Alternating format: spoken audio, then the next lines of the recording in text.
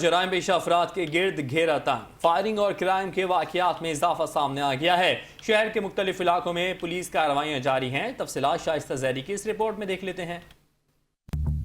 بلدیہ رئیس گوٹ کے قریب فائرنگ میں 25 سالہ شہزاد زخمی، سول ہسپتال منتقل کر دیا گیا۔ سرجانی سیکٹر 7D میں قبا مسجد کے قریب فائرنگ کے دوران ایک مبینہ ڈاکو ہلاک ہو گیا، زخمی کو عباسی ہسپتال پہنچایا گیا۔ گلستان جوہر بلاک 19 میں عمارت کی لفٹ سے گر کر 35 سالہ شخص جاں بحق، جناح ہسپتال منتقل۔ شیر شاہ میزان بینک کے قریب ٹریفک حادثہ، 25 سالہ نوجوان سول ہسپتال پہنچایا گیا۔ سپر مارکیٹ تھانے کی حدود میں فائرنگ، 2 اسٹریٹ کرمنل زخمی حالت میں گرفتار ہو گئے۔ 2 پستول، لوڈ میگزین اور موٹر سائیکل برآمد ہوئی۔ ڈسٹرکٹ ایسٹ پولیس کی بڑی کارروائی میں بدنام زمانہ منشیات فروش احمد فراز گرفتار، اعلیٰ کوالٹی آئس اور نقد رقم برآمد، مقدمہ درج۔ ملزم ماضی میں بھی منشیات اور غیر قانونی اسلحہ برآمد ہونے پر مقدمات میں جیل جا چکا ہے۔ بلدیہ مشرف کالونی القادری سٹاپ کے قریب فائرنگ، لیاقت آباد اور شاہ لطیف ٹاؤن میں پولیس مقابلے، 3 ڈاکو گرفتار ہوئے۔ سپر ہائی وے گھر میں فائرنگ سے ایک نوجوان جاں بحق ہو گیا۔ تھانہ پریری پولیس کی کارروائی میں منشیات فروش شاہ میر گرفتار، قبضے سے 6 پڑیاں چرس برآمد ہوئی۔